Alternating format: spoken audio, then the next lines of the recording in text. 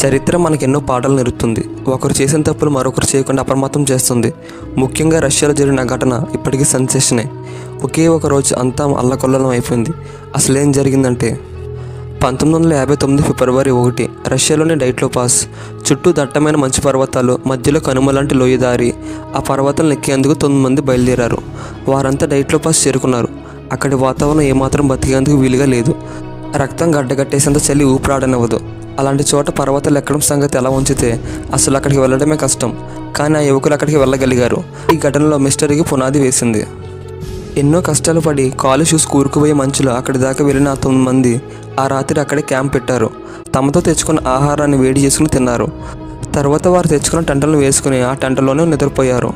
ఆ రాత్రి ఏం జరిగిందో ప్రపంచానికి తెలియదు. కానీ జరిగింది మాత్రం తలుచుకోవడానికి కూడా భయపడేంత విషాదకర ఘటన. ఫిబ్రవరి 26న కొందరు పరిశోధకులు వారి కోసం అక్కడికి వెళ్ళారు. ఆ యువకులు వేసుకున్న టెంట్లో చేరారు. వాటిలో ఎవరూ లేరు. కొన్ని టెంట్ల మధ్యకు చీరేసినట్లు ఉన్నాయి. చుట్టుపక్కల ప్రాంతాల్లో యువకులు షూలు అచ్చులు ఉన్నాయి. వాటిలో కొన్నింటిలో సాక్స్ ఉన్నాయి, మరికొన్నింటిలో సింగిల్ షూలు ఉన్నాయి. కొన్ని చోట్ల పాదాల అచ్చులు కూడా ఉన్నాయి. ఆ పాదాలు చూసుకుంటూ ఆ పరిశోధకులు అలా ముందుకు వెళ్ళారు.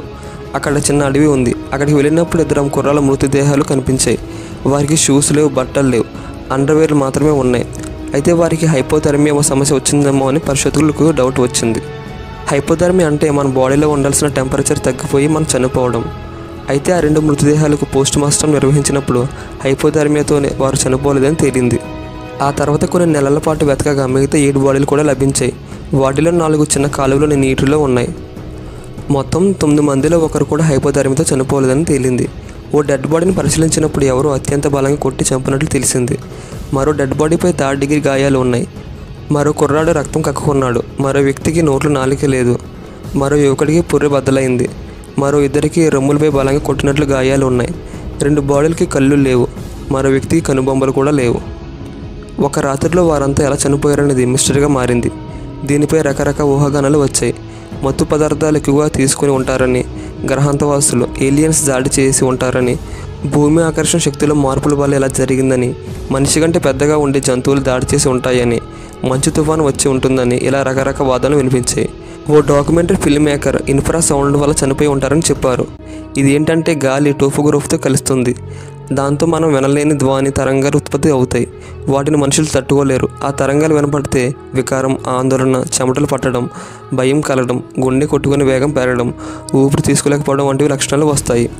ఇలాంటిది ఏదో జరిగి ఉండవచ్చని అనుమానించారు. ఖచ్చితంగా ఏమైందో మాత్రం ఎవరికీ తెలియదు. డైట్లోపాస్ ఘటన ఆధారంగా డెవిల్స్ పాస్ అనే హాలీవుడ్ సినిమా వచ్చింది. అందులో కూడా ఖచ్చితంగా ఏమైందో చెప్పే ప్రయత్నం చేయలేకపోయారు. దాని బదులు హర్రర్, థ్రిల్లర్ సినిమాల మనుషులు లాంటి వింత జంతువులు దాడి చేసినట్లు చూపించారు. ఈ ఘటనపై 2019లో రష్యా ప్రభుత్వం మరోసారి దర్యాప్తు జరిపింది. 2020 జూలైకి అది ముగిసింది.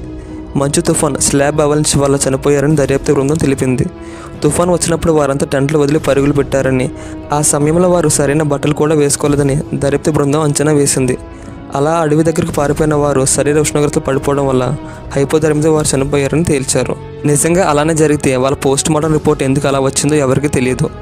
నిజంగా ఏం జరిగిందో ఎవరికి తెలియదు. ఇది ఇప్పటికీ ఒక మిస్టరీగానే ఉండిపోయింది. ఇలాంటి వీడియోస్ మీకు డైలీ రావాలంటే ఇప్పుడే మన ఛానల్ని లైక్ చేసి సబ్స్క్రైబ్ చేసుకోండి ఫ్రెండ్స్.